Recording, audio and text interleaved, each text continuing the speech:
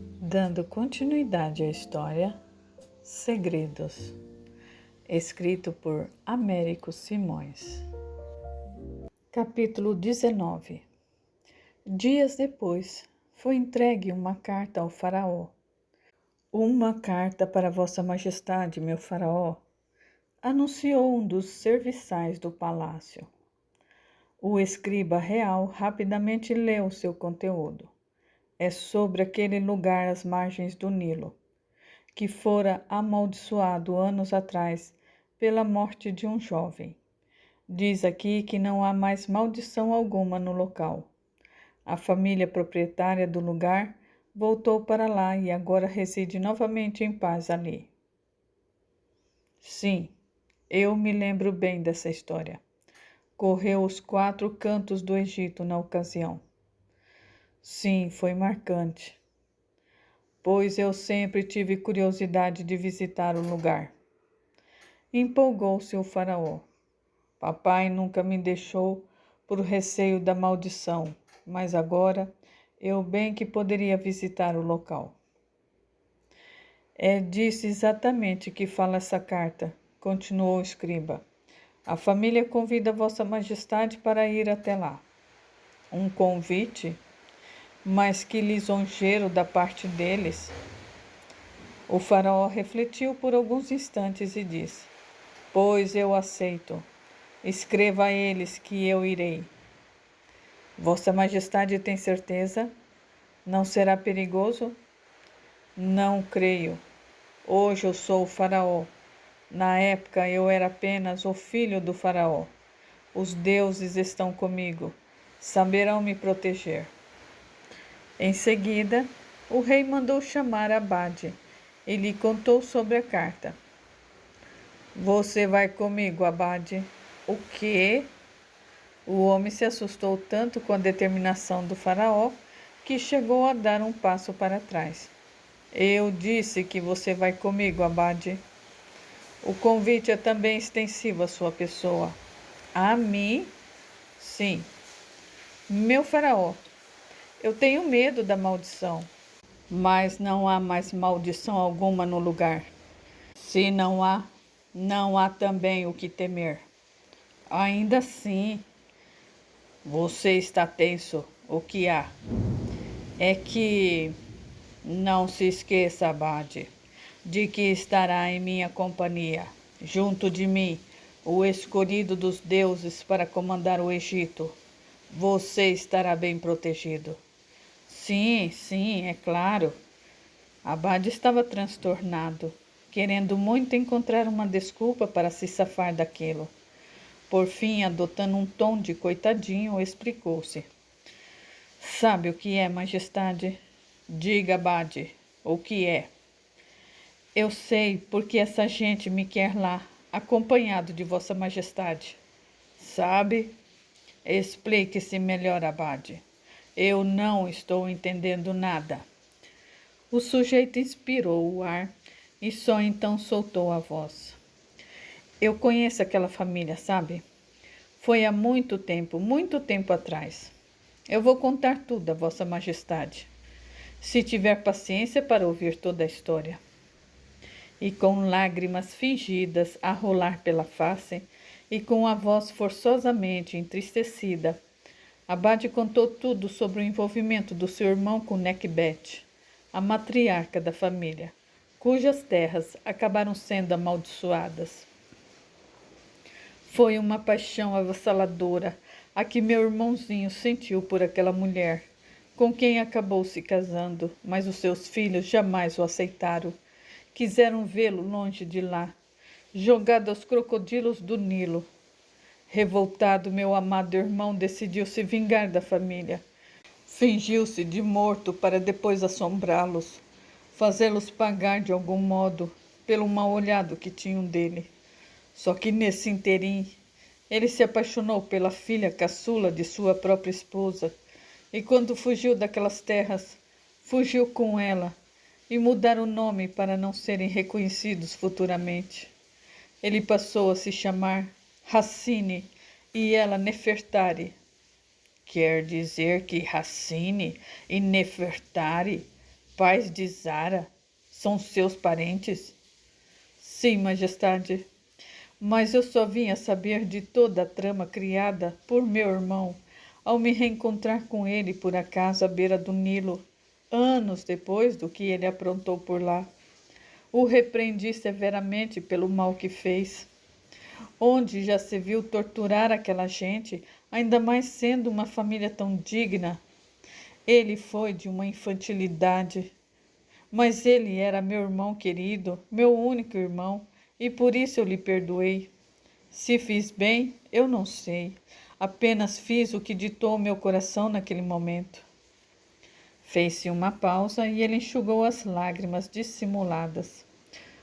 Pois bem, continuou fingindo como nunca. A família descobriu tudo e conseguiu fazer a esposa de Raji voltar-se contra ele. Por isso ela o abandonou e voltou para junto deles. O meu irmão, inconformado com a decisão da esposa, foi atrás dela e da filha, que também seguiu com a mãe. Então, Abade fez uma pausa de 1 minuto.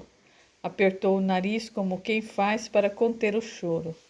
E só então, na maior dramatização possível, prosseguiu. Então, meu faraó, eu nem consigo falar, dói demais em mim. Eles mataram o pobre coitado do meu irmão. O faraó se arrepiou. Mataram? Sim. E sem pudores, Abade desabou em prantos, obrigando o faraó a lhe servir algo para tomar e acalmar os nervos. Ele errou, sim, prosseguiu Abade entre as lágrimas. Mas o seu erro haveria de ser acertado com Osíris, além da morte. Não já, quando ainda tinha tanta vida pela frente. Eu sinto muito. O faraó estava verdadeiramente tocado pela história. Você disse que aquela família o assassinou, mas certamente não todos. Foi somente um deles, correto? Sim, sim. Qual deles, você sabe? Ainda não. Acho que nunca ninguém descobrirá, porque será sempre acobertado pela família. Sem dúvida. Que história! Pavorosa, não? Sim, sem dúvida. Uma breve pausa, onde o faraó meditou a respeito do que ouviu. Só então voltou-se para Abade e questionou: por que o querem lá? A resposta do sujeito foi imediata e em tom ainda mais dramático. Porque também me julgam culpado pela desgraça que lhe acometeu. Pensam que eu sabia o tempo todo dos planos diabólicos do meu irmão. O que não é verdade. Eu jamais compactuaria com algo tão estúpido e cruel quanto aquilo. Entendo.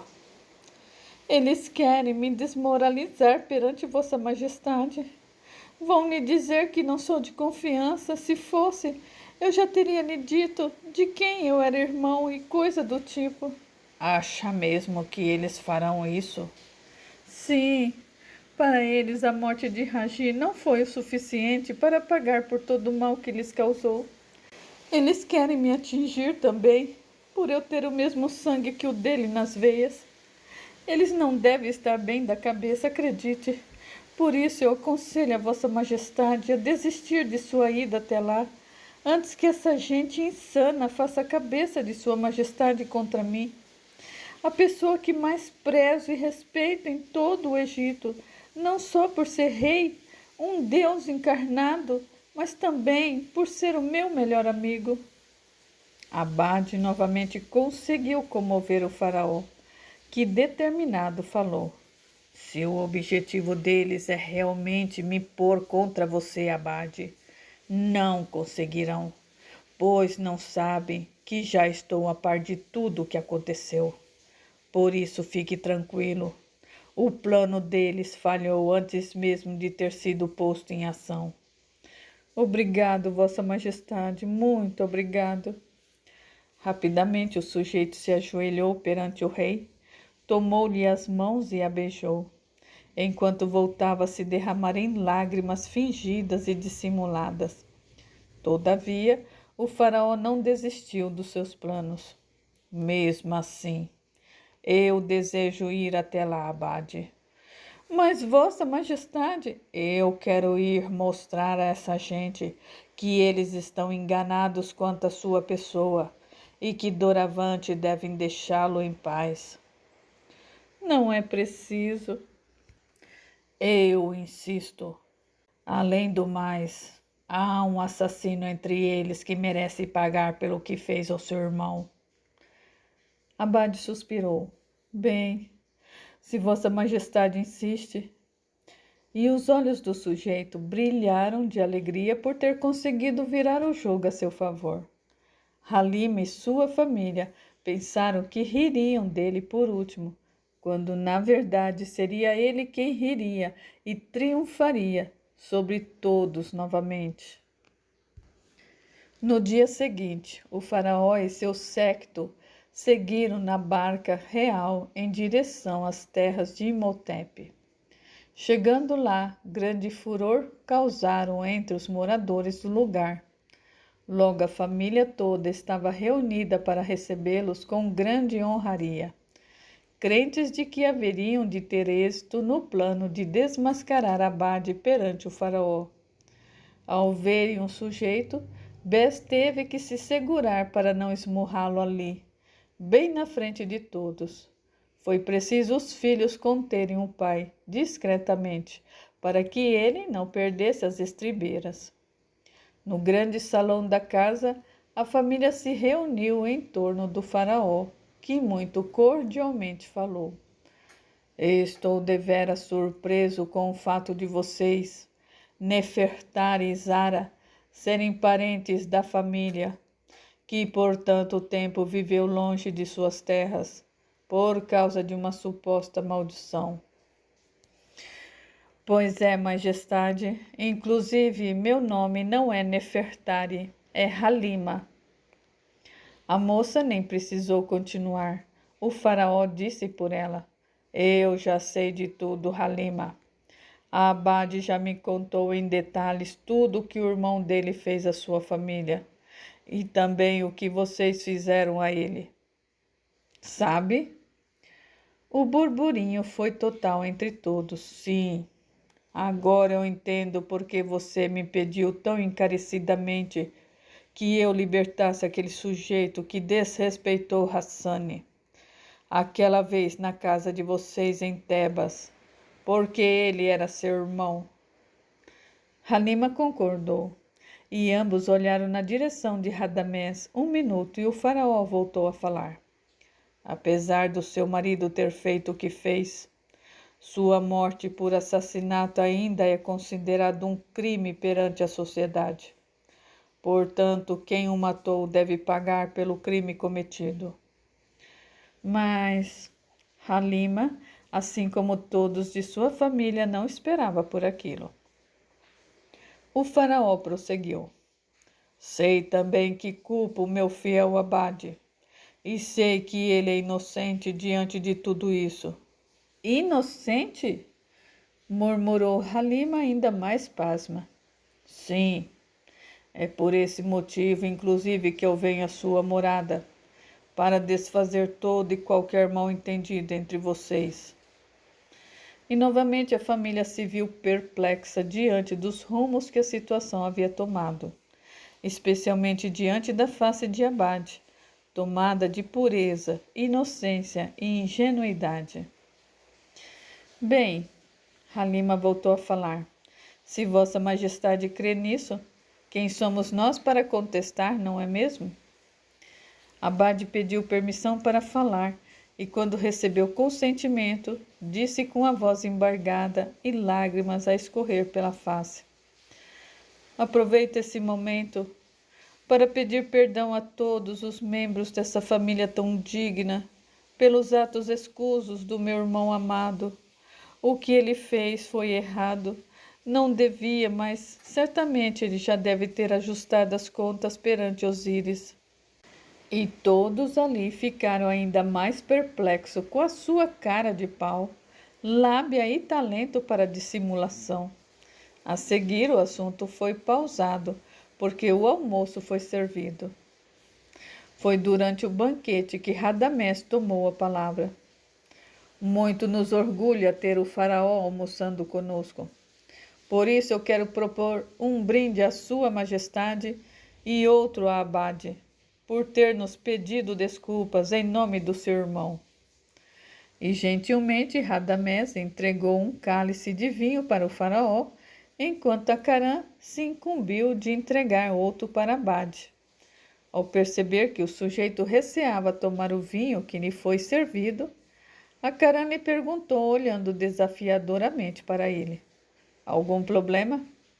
Não, não, respondeu Abade, endereçando novamente um olhar preocupado para o líquido em seu cálice.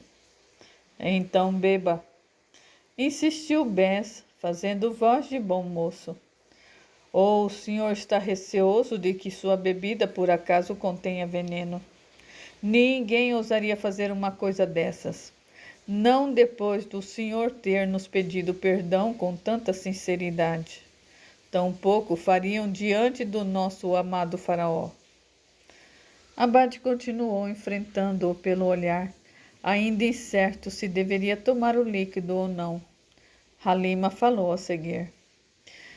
Dizem que as pessoas só temem nos outros aquilo que elas próprias são capazes de fazer ao próximo. Abade então sorriu e disse, retomando seu tom alegre de sempre: Que bobagem a minha! É óbvio que nenhum de vocês, membro dessa família tão digna e respeitosa, ousaria me fazer mal, mesmo porque eu sou uma pessoa boa. Os deuses, sim, os deuses, sabem bem que eu nada tive a ver com o que houve aqui no passado. Exato, afirmou Bess, ainda encarando desafiadoramente o sujeito. Então beba, brindemos a vossa majestade. Voltando-se para o faraó, Abade novamente abriu um sorriso, ergueu o cálice de cobre cheio de vinho para o alto e disse animado: Brindemos ao faraó. Sem mais delongas, entornou o líquido bebendo até o fim. Eita, muito bom! E o faraó sorriu para ele, gostando da sua empolgação. Em meio à conversa que se estendeu a seguir, Abade subitamente sentiu fortes dores no estômago.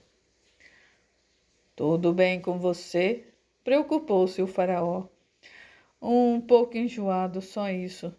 Será que o vinho estava realmente envenenado? Brincou o faraó, provocando riso em todos.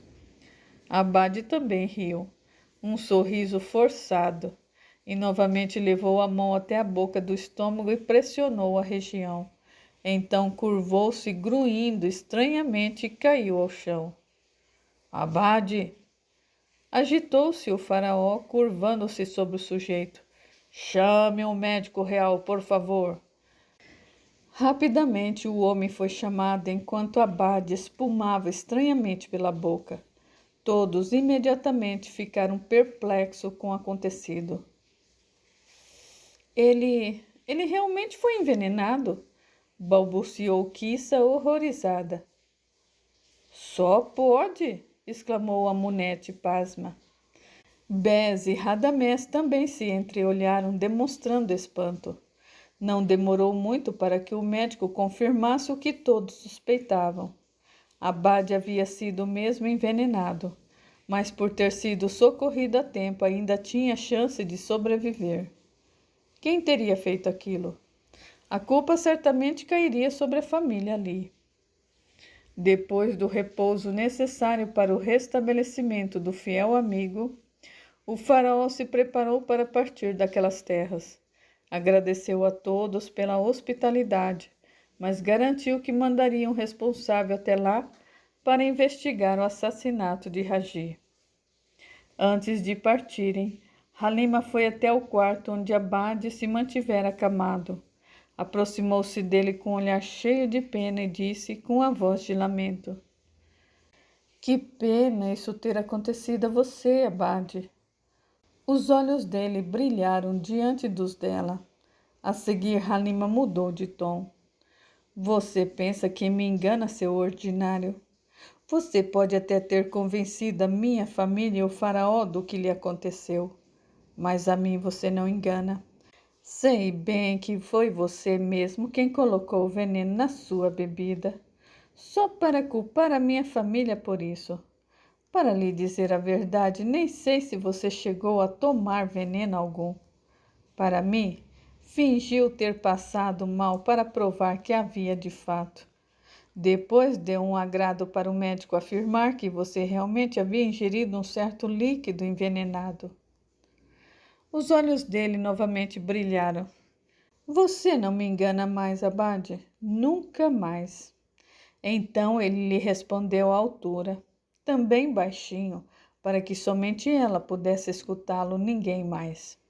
E você pensou que eu iria me destruir, trazendo-me para cá na companhia do faraó? Coitada de você, Halima. Você perdeu mais uma vez e vai perder sempre, porque você é uma sonsa, feia e burra. Ela, encarando-lhe sem titubear, retrucou.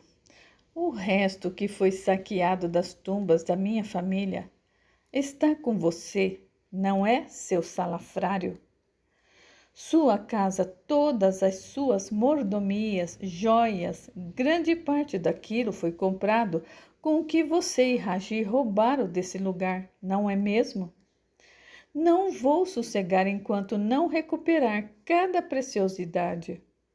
Pois puxe um banquinho, sente e espere, pois vai se cansar de esperar. Veremos. Nisso o faraó se juntou a eles. Podemos ir? Rapidamente, Abade recuperou seu estado deplorável por causa do que havia lhe acontecido. Sim, sim, concordou com o rei. Então vamos. Diante de Halima, o faraó voltou a falar seriamente. Sei muito bem, Halima, que um membro da sua família ou toda ela, em comum acordo, tentou matar Abade por continuar pensando que ele tomou parte nos planos do irmão. Se ele tivesse morrido, saiba que vocês estariam em maus lençóis. Seriam acusados de 2 assassinatos. Halima assentiu, sentindo ódio corroer suas veias, por não ter conseguido desmascarar quem ela tanto precisava diante do rei. O que Abade disse a seguir foi mais uma vez prova definitiva do seu total desvio de caráter. Eu não quis falar antes, majestade, mas o que é, Abade? É que, bem, será que o veneno era realmente para mim? Aonde você quer chegar, Abade? Ora, meu faraó, talvez tivesse sido destinada a vossa majestade, e eu o bebi por engano. As sobrancelhas do homem se arquearam. Não, isso não. Por que não, majestade? Se um deles ou todos em comum acordo mataram o Raji, mas por que haveriam de fazer isso comigo, Abade? Ora, porque vossa majestade ficou do meu lado. Halima estava novamente de olhos arregalados. Jamais pensou que Abade poderia chegar a tanto. Acho que vossa majestade deveria pensar melhor a respeito, continuou Abade no seu tom mais convincente. Conversaremos mais a respeito durante a viagem a Tebas. Está bem, Abade. Sem mais, os dois partiram, deixando a família de Halima impressionada mais uma vez com a habilidade de Abade tirar proveito das situações e enganar as pessoas em benefício próprio. Ele triunfou mais uma vez sobre nós, falou Bes desacorçoado. É mesmo um ladino, argumentou Radamés furioso. Há de haver uma justiça um dia, desejou Kissa. Halima, por sua vez, permaneceu quieta. Capítulo 20. De volta a Tebas, o faraó abraçou a esposa, louco de saudades dela. Termutes, minha rainha. Como vai, meu faraó? Bem, muito bem. E o nosso filho onde está? Pelo palácio. Estou com saudades dele. E como foi lá, na visita à tal família? Péssimo. Péssimo? Sim, Abade por pouco não morreu envenenado. A mulher deu um grito. Acalme-se, minha querida. Acudiu-lhe o faraó. Como vê, Abade continua vivo. Os deuses o protegerão. Ainda bem. Ela uniu as mãos em louvor, voltando o olhar atemorizado para o sujeito. Tive mesmo um mau pressentimento de que algo de ruim iria nos acontecer. A reação da esposa chamou a atenção do faraó, que lhe perguntou, observando atentamente seus olhos. Você disse nos acontecer? Ela rapidamente abaixou os olhos e respondeu. Modo de dizer. Abade interveio. Como vê, minha rainha, estamos todos bem. Não há por que se preocupar. Garay chegou a seguir. E ao ver o pai, correu ao seu encontro. Meu filho, que bom revê-lo! Exclamou o faraó, verdadeiramente feliz por estar novamente na companhia do jovem.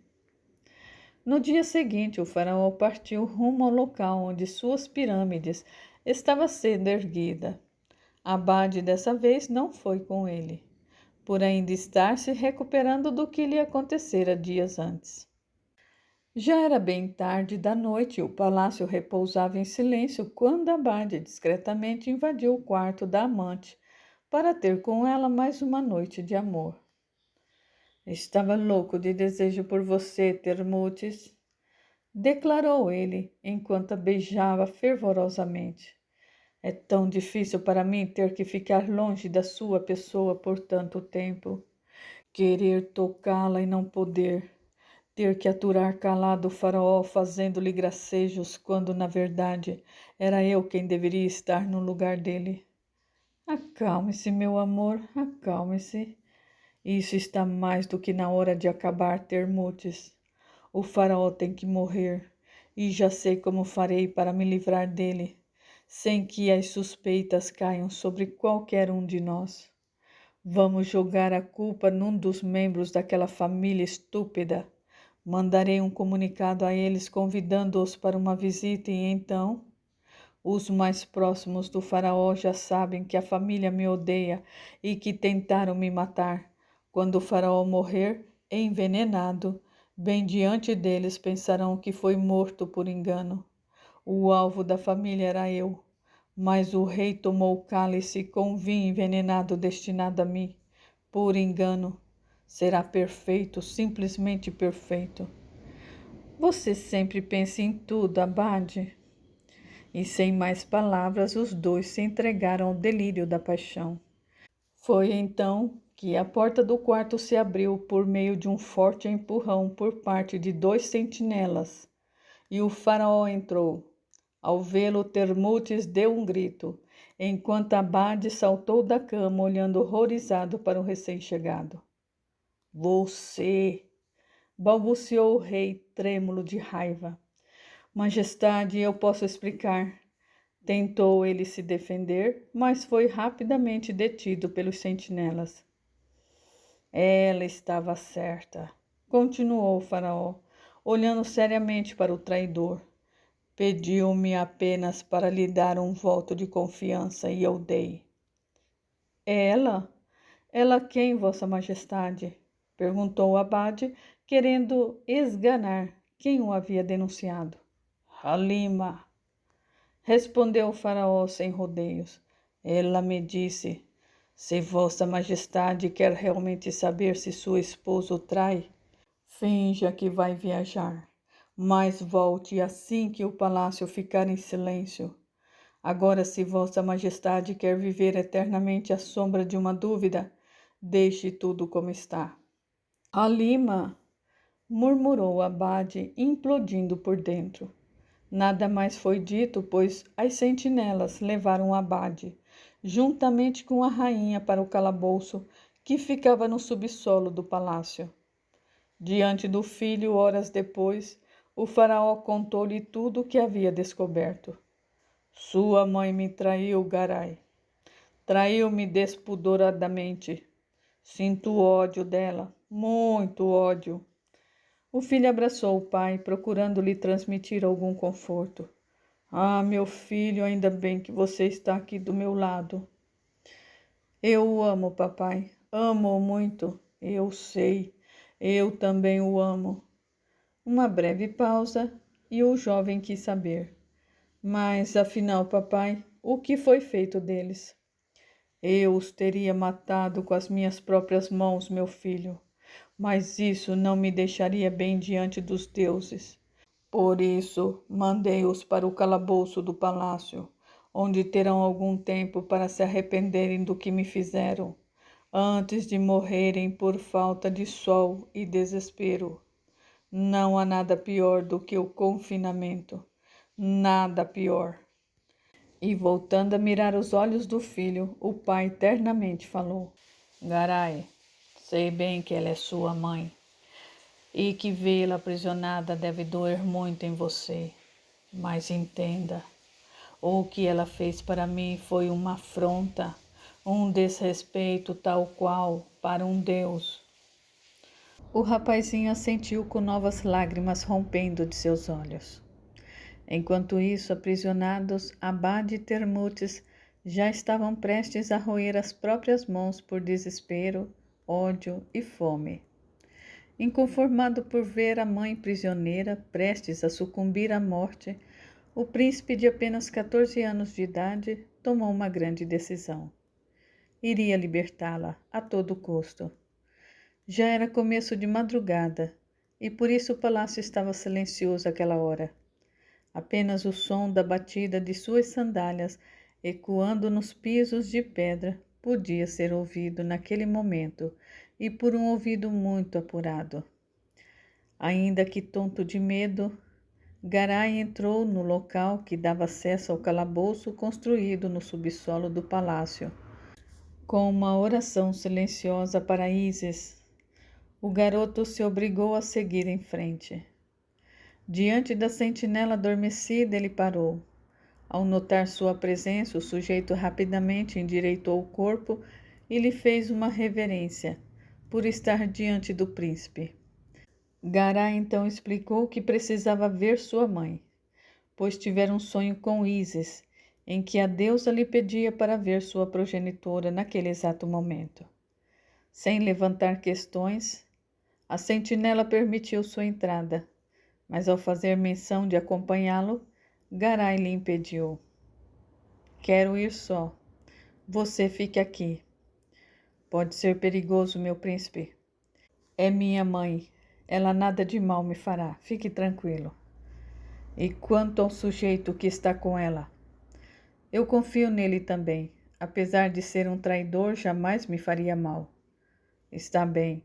Se Vossa Alteza assim deseja, qualquer emergência é só gritar. Sem mais, Garai seguiu o caminho, levando consigo uma tocha para iluminar o lugar.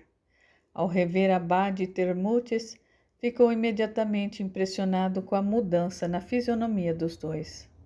Meros 10 dias não poderiam explicar aqueles rostos tão abatidos e aqueles olhos tão opacos e moribundos. Até mesmo o corpo de cada um parecia ter encolhido, como acontecia aos cadáveres após serem embrulhados em natrão. Filho! Exclamou Termutes ao vê-lo diante da porta do calabouço. Mamãe! Respondeu o jovem muito emocionado. Ela imediatamente abraçou o rapazinho chorando convulsivamente. O que faz aqui, meu filho? Precisava vê-la, mamãe. Oh, meu querido, a senhora não merece morrer num lugar desse. A senhora é minha mãe, apesar de ter errado, continua sendo a minha mãe.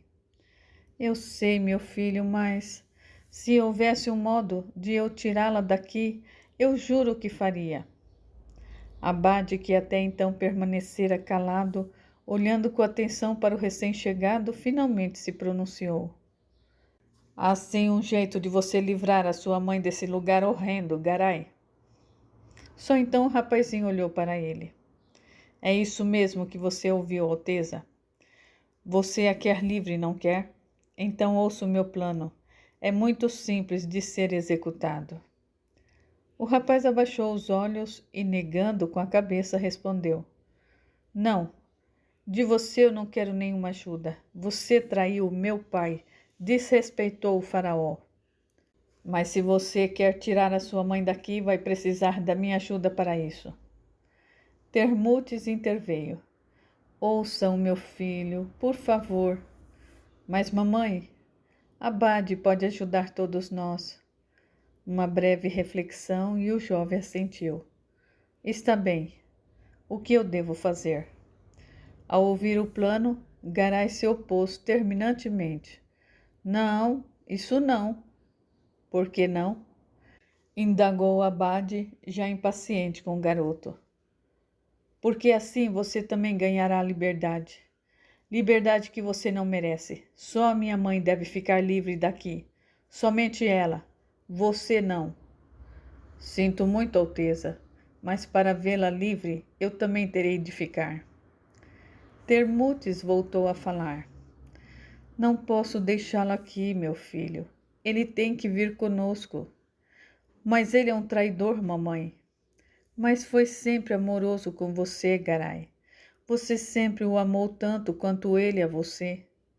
Mas eu e ele iremos embora dessa cidade, meu filho. Recomeçaremos a vida noutro lugar. Será melhor assim. O garoto refletiu e por fim concordou com Termutes. Está bem. Eu vou apanhar uma faca e volto já. Sem mais, Garay partiu, deixando Abade ansioso por sua volta. Nunca os minutos lhe pareceram demorar tanto para passar. A impressão que tinha é de que o jovem príncipe não cumpriria o trato. Acabaria desistindo de soltar sua mãe e, consequentemente, ele. Acalme-se, Abade. Ele volta. Garay sempre cumpre o que promete. E, de fato, o garoto voltou, mesmo munido de uma faca.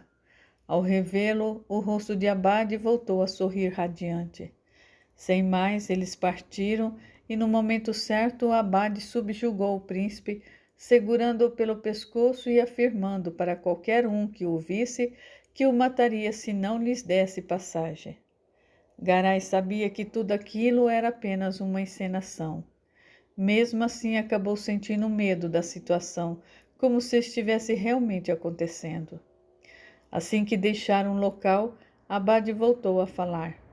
Vamos agora em busca do faraó. Termutes e Garay se opuseram àquilo no mesmo instante. Foi ela quem disse, não, Abade, precisamos ir embora, fugir daqui o quanto antes. A resposta dele foi imediata e severa. Não sem eu acertar as contas com aquele sujeito.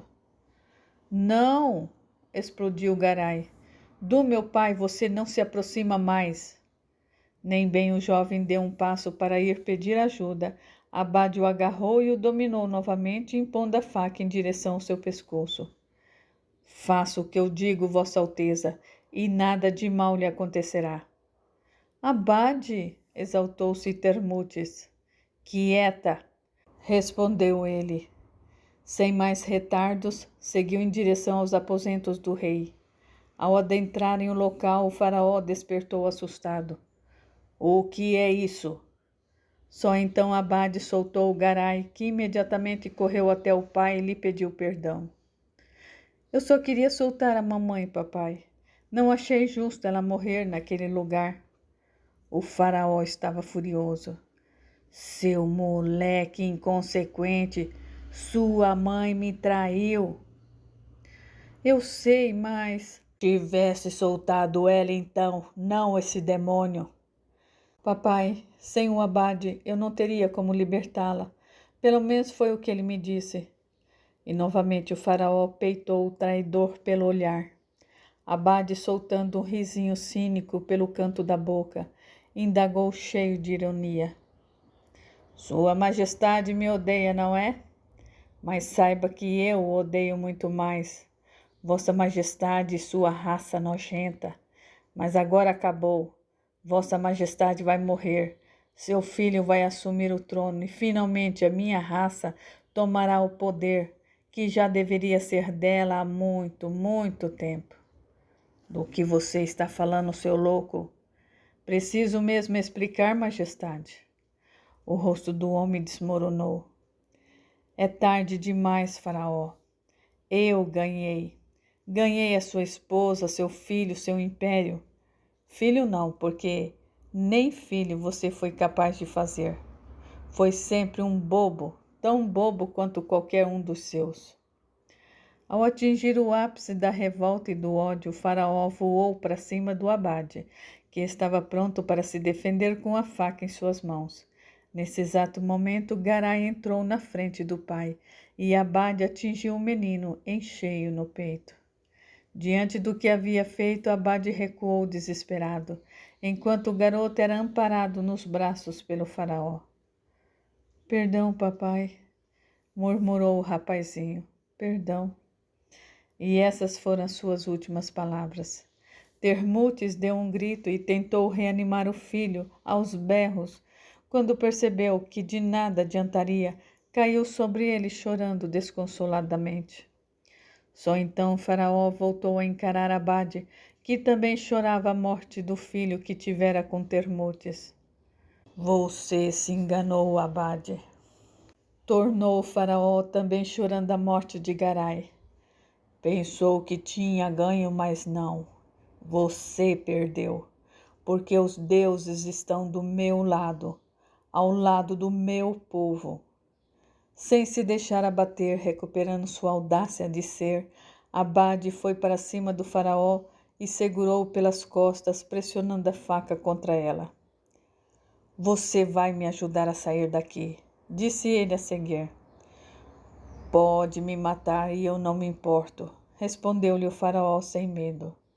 Vossa Majestade se importa sim, porque não tem um herdeiro para ocupar o seu trono. Se morrer, seu povo ficará à míngua, e isso Vossa Majestade não quer, eu sei.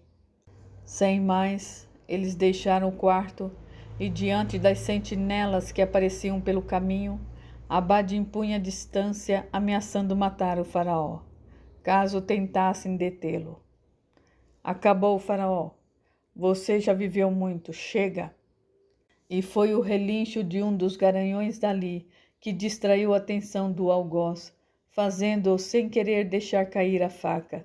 Ao perceber o faraó se soltou dos seus braços, acotovelando-o e pisou sobre o punhal. Abade, tomado de novo e súbito desespero, achou melhor fugir, antes que fosse detido. Logo as sentinelas acudiram o rei e o levaram de volta para o palácio. Capítulo 21. Ao cair da noite daquele mesmo dia. Halima estava só, sentada no seu lugar habitual de admirar o Nilo, quando uma brisa gostosa soprou mais forte e a fez relaxar. Então seus olhos se voltaram para o leito do rio, onde um barco, parecendo uma barcaça fantasma, singrava pelas águas em direção à sua morada. Aquilo a fez-se recordar do dia em que Ragi chegou ali, acompanhado de Necbete. O dia em que a vida de todos os seus familiares começou a mudar por causa da sua ida para lá. Apesar de todo o mal que eles lhe causara, ela ainda o amava. Lhe perdoara por tudo e procurava se lembrar só dos bons momentos que passou ao seu lado. Então Halima avistou a silhueta de um sujeito seguindo na sua direção. Se Ragi não estivesse morto, ela poderia jurar que era ele. O porte físico e o jeito de andar eram muito semelhantes. Ragi? Exclamou ela, pondo-se de pé. Só então ela pôde perceber que se tratava de uma pessoa completamente oposta a ele. Olá, Halima, saudou-a o recém-chegado. Abade! Exclamou ela, sentindo um súbito aperto no seu coração. Eu mesmo, Halima. Veja você, nós dois novamente frente a frente, só que desta vez sobre a luz intensa do luar. Diante do seu cinismo e de sua sujeira, ela disse com satisfação: Pelo visto, o faraó aceitou a minha sugestão. Fez o que eu lhe pedi. Sim, Halima, ele fez, exatamente como você lhe sugeriu. Que bom! Agora me sinto verdadeiramente bem, pois justiça foi feita, pelo menos em relação ao faraó. Ele também riu, cinicamente disse: Há uma pergunta que não me sai da cabeça, Halima. Por que, criatura, você tinha que cruzar os nossos caminhos? Por quê? Teria sido tudo tão perfeito, exatamente do jeito que eu planejei desde o início. Mas não, você tinha que estragar tudo. Ah, Halima, eu a odeio tanto, tanto, tanto. Por sua causa eu perdi a minha mulher, o meu filho, o poder e o meu irmão. Não, Abade. Raji morreu única e exclusivamente por sua causa. Você o matou. Eu sei, eu sinto. Prove. Não preciso provar nada, eu sei. E justo você que dizia amá-lo tanto. Ele novamente sorriu, perverso, e disse: Raji devia tudo a mim, até mesmo você, Halima. Se eu não tivesse insistido para que ele se casasse com a feiosa de sua mãe, ele não a teria conhecido. Eu sei. Mesmo assim você o matou. O matou sem dó nem piedade. Houve um leve estremecimento da parte dele que se repetiu ao ouvi-la dizer: Sabe qual o seu problema, Bade? É que você não ama ninguém, só ama sua ambição, sua ânsia pelo poder. Que seja, retrucou ele, recuperando sua audácia. Ainda assim, eu por pouco não cheguei lá. Por muito pouco, e só não consegui por sua causa. Por isso eu estou aqui, Halima, para acertar as contas com você. Eu sei. Veio descontar em mim toda a sua revolta e todo o seu ódio. É natural que seja assim. Eu o entendo. Entende mesmo, Halima? Sim, Abade, eu entendo. Entendo também que eu vou morrer. Você também, de desgosto por ter perdido tudo. E daí? Você não acredita nos deuses, que eu sei? Não deve também acreditar em vida após a morte. Portanto, tudo que você sonhou e pelo que tanto se esforçou vai simplesmente virar pó, cair no esquecimento, tornar-se um nada, como se nunca tivesse existido. Seus esforços, seu sacrifício e lutas serão todas em vão. E isso me faz sentir muita pena de você, por ter se esforçado tanto e ter terminado tão pobre e miserável como iniciou sua vida. As palavras dela o feriram e o revoltaram ainda mais. Eu odeio você, Halima. Simplesmente odeio. A resposta dela o desestruturou mais um pouco. Porque eu nasci rica? Porque eu fiz Raji se apaixonar por mim? Porque consegui finalmente fazer o faraó pegá-lo em flagrante? Por tudo isso? Ou tem mais? Ele novamente estremeceu e ela foi em frente sem dó. Raji o amava, Abade. Ele realmente o amava. Falava de você com gosto. Por isso ele foi capaz de tudo por você, de tudo para fazê-lo feliz. No entanto, só agora eu percebo que a verdadeira maldição de Raji caiu mesmo foi em você, Abade. Pois foi você quem mais saiu perdendo com a sua criação. Perdeu sua amante, o filho que teve com ela, o poder que você tanto sonhou alcançar e o que é pior, o irmão que você tanto amava. Sabe de uma coisa? A pessoa que poderia ter lhe ensinado tudo de melhor para viver foi o seu próprio irmão. Pena que você não se inspirou nele. Pena também que ele se deixou inspirar por você. E as palavras dela o acertaram em cheio novamente. De fato, ele é quem mais havia saído prejudicado diante da maldição que ele próprio criou para atingir os seus objetivos de grandeza. Ao encarar Halima novamente, ele viu nos olhos dela transparecer os olhos de Selki, a criada que ele matou envenenada para impedi-la de dar com a língua nos dentes. E como num passe de mágica, já não eram mais os seus olhos que ele via, e sim os do embalsamador que ele afogou no Nilo para impedi-lo de desmascará-lo. A seguir, ele avistou os olhos de Nekhbet, que por sua trama morreu de desespero, e depois os olhos de Naila, que também sucumbiu pelos mesmos fins. No segundo seguinte, Abade viu os olhos da mulher que ele contratou para se passar por sua mãe, e do homem que pediu para subjugar o faraó e ele poder salvá-lo, ganhando assim sua amizade e confiança. Mas duas das pessoas que ele matou despudoradamente para não o delatar mais tarde. Surgiu então os olhos do médico, que afirmou para todos que ele havia sido envenenado quando, na verdade, tudo não passara de uma encenação de sua parte. Sujeito que ele também matou antes que ele revelasse a mentira ao faraó. Por fim, Abade viu os olhos do filho que ele teve com o amante, o qual matou sem querer, e por último os olhos do irmão que ele matou, antes que ele revelasse toda a trama, como afirmou que faria antes de deixar Tebas em direção da propriedade da família da esposa. Todos os olhares estavam contidos num único olhar, estampado nos olhos de Halima, e ele sabia que doravante ele viveria com a lembrança daquele olhar, onde quer que fosse, e a qualquer momento do dia, até mesmo em seus sonhos. Não havia escapatória. Ele fora verdadeiramente o maior amaldiçoado em tudo aquilo, e só havia uma escapatória, uma só fuga, a própria morte. Por isso ele cravou o punhal em si mesmo. Parte final.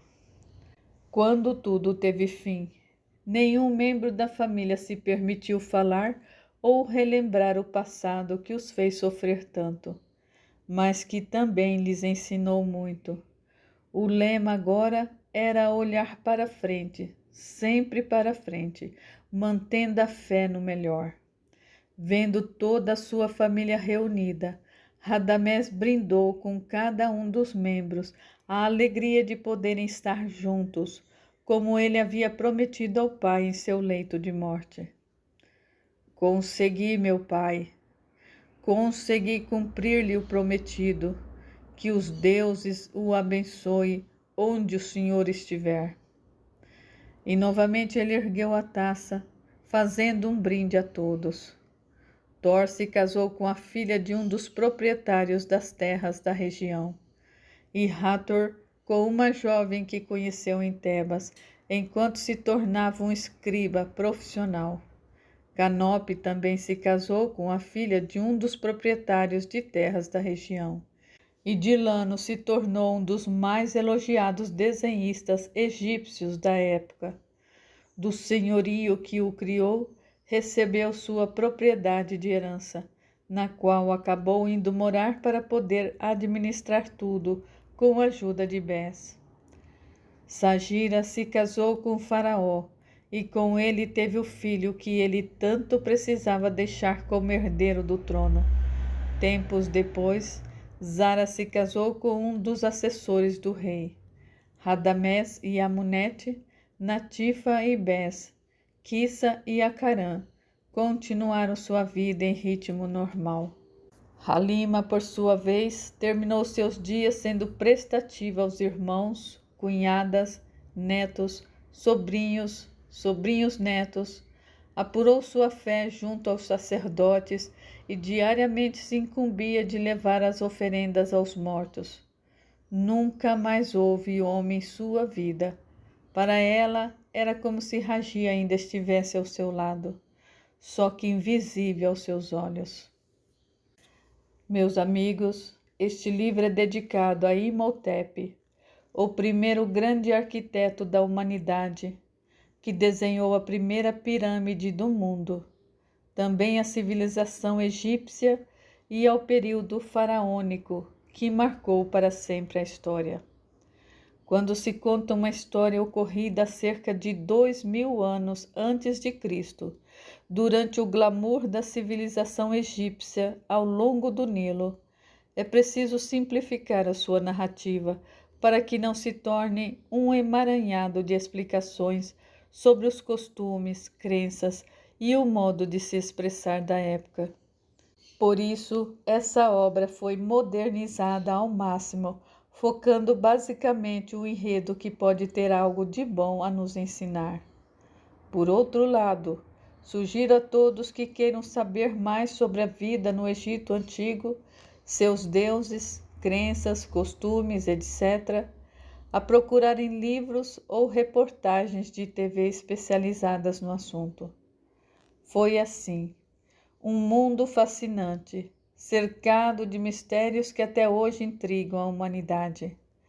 Voltar a essa época por meio de um livro foi, de uma certa forma, para mim, que sempre foi fascinado por esse período histórico, uma eletrizante viagem no tempo. Certamente eu vivi lá, pois desde garoto me identificava com as pirâmides, com os faraós, com as múmias e os sarcófagos. Também tive diversos sonhos e visões que o povo dessa época. De qualquer modo, o que podemos aprender com uma história que se passou há tanto tempo é que não importa o período da história, o mundo, assim como no passado, continua sofrendo por inveja, cobiça, ciúmes e paixão. Américo Simões. Chegamos ao fim de mais uma história.